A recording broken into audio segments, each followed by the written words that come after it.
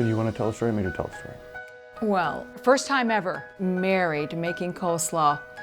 And If I remember correctly, she was even shredding the head of cabbage. That's how into it she was getting. I was doing it perfectly. As I'm watching this, she goes to put onions in coleslaw, and I said, "Oh, Kathy," I says, "you don't put onions in coleslaw." "Well, how do you know?" I says, "Well, my mother never put onions in coleslaw." And her very quick response was something like, "Well, I don't care what your mother did. I don't want to know what your mother did." And so he says... So then I said, "Well, where did you learn to put onions in coleslaw?" And she said... Completely forgot myself. And I was like, "Well, my mother..." And it was like, oh, one of those moments where you're like, this is hilarious.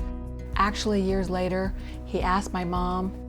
She doesn't put onions in coleslaw either. No.